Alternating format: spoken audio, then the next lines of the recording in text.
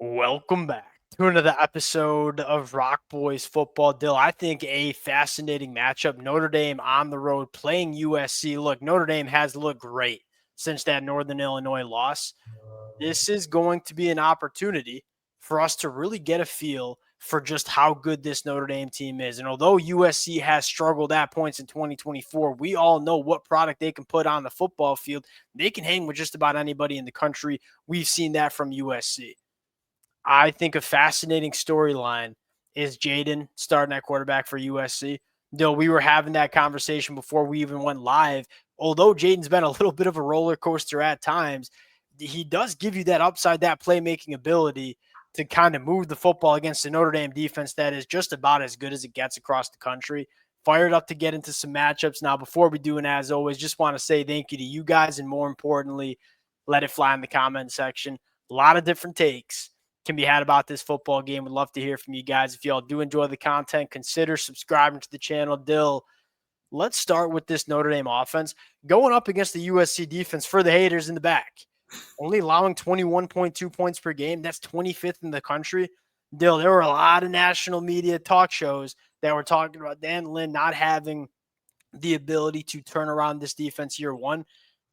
You've seen that. I mean, like from where USC was in 2023 to now having a top 25 scoring defense in the country, that is a masterclass by what Dan Lynn and this coaching staff have done with this defense. Now you look at Notre Dame, and I'm going to give you the T-box here. Dill, I feel like they're starting to figure out their identity on offense, like how they want to run it. And that is, we're going to run the football and be one of the best rushing attacks you see in the country. And then we're going to keep Riley Leonard comfortable. You know, we're not going to ask him to do things that might not be in his wheelhouse. Short intermediate game. Riley Leonard's very good at that, kind of relying on some yards after the catch. They're kind of doing that to supplement the run game. They don't take a lot of negative plays. They don't put themselves in bad spots. And as a result, you're looking at a Notre Dame offense that has been very good the back half of the 2024 season. And again, they've been running the ball pretty well pretty much all year. I think that offensive line, their ability to weather all those injuries they have, like they haven't always been perfect in pass pro, but man, when they get downhill running on teams, they're good at moving guys off the ball. They have two excellent running backs led by Jeremiah Love.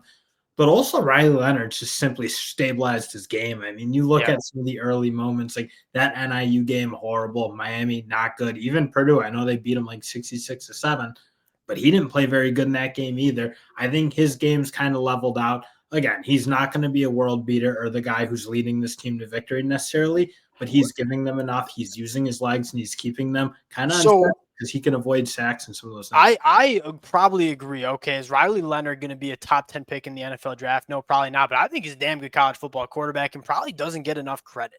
And again, his stat line from a passing standpoint, they're not going to jump off the page, but he is a very dynamic athlete. And Coach Denbrock has done such a good job catering this offense around Riley Leonard's skill set. Like he just seems like he fits right in terms of what Mike Denbrock wants to do with Riley Leonard. So shout out Coach But even Denbrock. around the wide receivers, I mean, they don't necessarily have that like Calvin Johnson like vertical threat on this Notre Dame team, but they have guys who can work underneath very well. You look at a guy like Jaden Greathouse, his game's really picked up. Brandon Faison, I think, is a very good player in the tight ends that they obviously like to get the ball to too. So again, their offense is not really built on going vertical, but their guys are athletic. They work well after the catch, and that's kind of more Riley Leonard's comfort zone. They do a great job manufacturing space. We said this last week. One of the things I evaluate most when I'm thinking about what offensive coordinators are doing well and if they're doing a good job, I look at the yards after the catch. You know, that's kind of an indicator of how well are we getting our playmakers the football in space.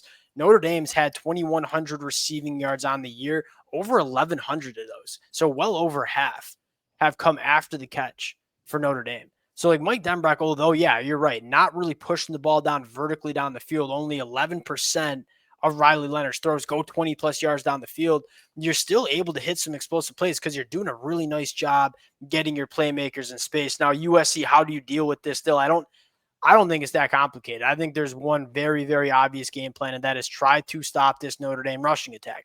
Much easier said than done. If you're USC and you're trying to pick the matchup you want to go to war with, I'm walking my safeties into the box. I'm giving 7-8 man boxes and leaving my defensive backs on islands on the outside and say, hey, we're going to put our safeties in the box. We're going to dare you to push the ball down the field, but we're not going to just let you chunk us in the run game. If USC can do that and then hold their own out on the boundary, they've had some really good boundary cornerback play. I think Jalen Smith's playing just about as good as any cornerback in the Big Ten. I think it puts you in a spot to maybe slow down this Notre Dame rushing attack. And for the first time in a very long time, can you get Notre Dame in some uncomfortable spots in offense? And if you can do that, I think it puts you in a spot to have some success. And again, we've talked about it. The USC safeties are so good in run support. Kamari Ramsey and Arnold, when they come down, really tackle effectively. I think you probably say the same thing about the USC secondary in general. Is like you look at one of the fundamental changes. They didn't tackle anyone last year. They tackle pretty well this year. Again, when you play Notre Dame, that's probably the most important part of what you're trying to do to stop them is you got to get really good running backs on the ground, and you got to get wide receivers on the ground who are catching screens and some of that other underneath stuff.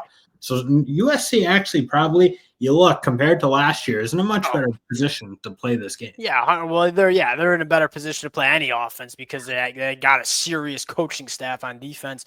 The one thing I'll say, talk about bringing Jeremiah Love to the ground. This number's insane. And Jeremiah Love has 121 carries on the year, 53 missed tackles forced. I mean, he's averaging almost one missed tackle a carry. You're going to see two of the best running backs, Jeremiah Love and Woody Marks. Those are two of the best running backs in the country squaring off. One other thing, can Notre Dame find some negative plays? Whether it's and Notre Dame doesn't give you a ton of opportunity to get after the passer because they get the ball out quick.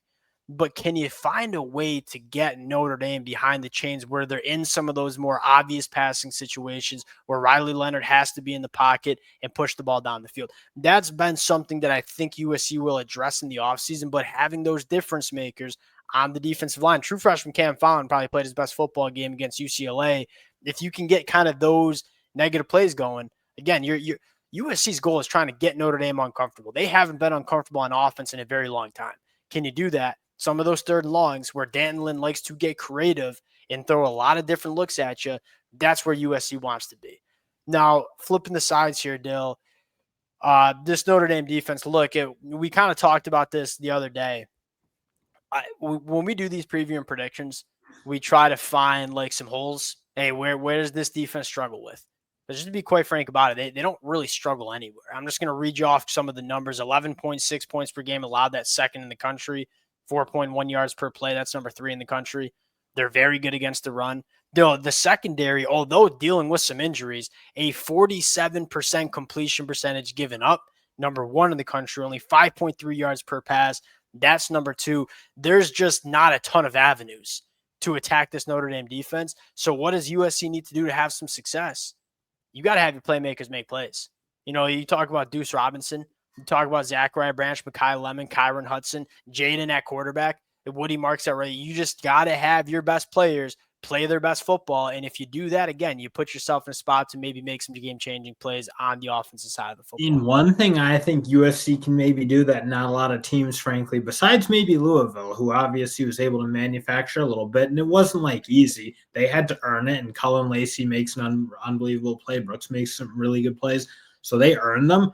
But you look like, can you test the ball skills of these young secondary guys? You got one side, Leonard Moore, who stepped in and done an unbelievable job for this Notre Dame team, true freshman. Other side, Christian Gray. Like, can you test these young guys' ball skills? Like, can they go make plays on 6'6" wide receivers and not take penalties? Because, again, like, you're going to need to earn it at the end of the day. And whether it's Deuce Robinson or Jacoby Lane making plays, doing what they've done pretty much all year, or drawing some penalties. I do think that's one avenue where maybe USC can try to get after this team. Because, again, it is really hard to identify just those obvious holes because they're a very good defense. And one thing that USC's done quietly a very good job is running the football. They're top 15 in the country in terms of yards per carry. Now, Lincoln Riley refuses to – Lincoln Riley has bought more into the run game with Jaden at quarterback.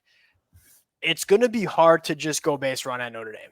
You got to get creative. You got a lot of guys. I mean, like adding around to guys like Zachariah Branch, obviously, I would like to see getting some of that speed option that we saw against Nebraska involved. Like, again, it's hard to just run based off at Notre Dame. Can you get to the perimeter? Can you give him some of that pre-snap motion? Again, that's kind of what Lincoln Riley's going to have to beat his bag. I didn't think he called a great game against UCLA. He's going to have to call a great game, and I'm sure Lincoln Riley does have some plays dialed up that he thinks going to hit against Notre Dame.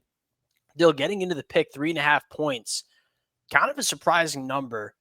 I'll give you the floor here. Who you got? I love Notre Dame at 3.5. I look at the way I think this game can be played. I think with Maava, like, again, is he going to be super consistent and execute down the field? Like, just consistently. Again, like we talk about hitting some of those explosives. They might be able to get to that, but can he play in and play out? Just be really, really clean, because that's really the only answer to trying to beat this Notre Dame defense. I'm not sure he can do that based on these past couple games.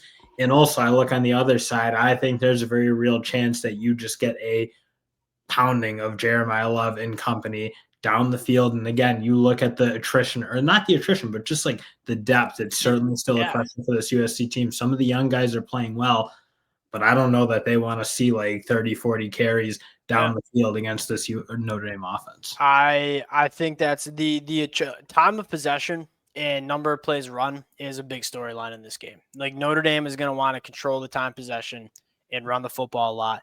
Can Notre Dame's depth in the front seven hold up? I think that's a very adequate question. You probably have to lean Notre Dame too. You know, I haven't seen enough consistency from Jaden yet. And if you want to beat Notre Dame, you have to be consistent. And again, I'm happy that Jaden's playing, because I think his playmaking gives them ability to hit some of those game-changing plays that they're going to need. This Notre Dame team just doesn't give you anything for free. And it's really hard to bet against what you've seen from Notre Dame. The biggest storyline for me is Notre Dame hasn't seen this kind of firepower. You know, this offense and all the different guys that can make plays, it's different than a lot of teams Notre Dame has seen. But it's hard to bet against Notre Dame, even on the road. So I'm going to go Notre Dame too. We'll cut it there. Appreciate you guys rocking with it. If y'all do enjoy the content, consider subscribing to the channel. Appreciate you guys. We'll talk to y'all later.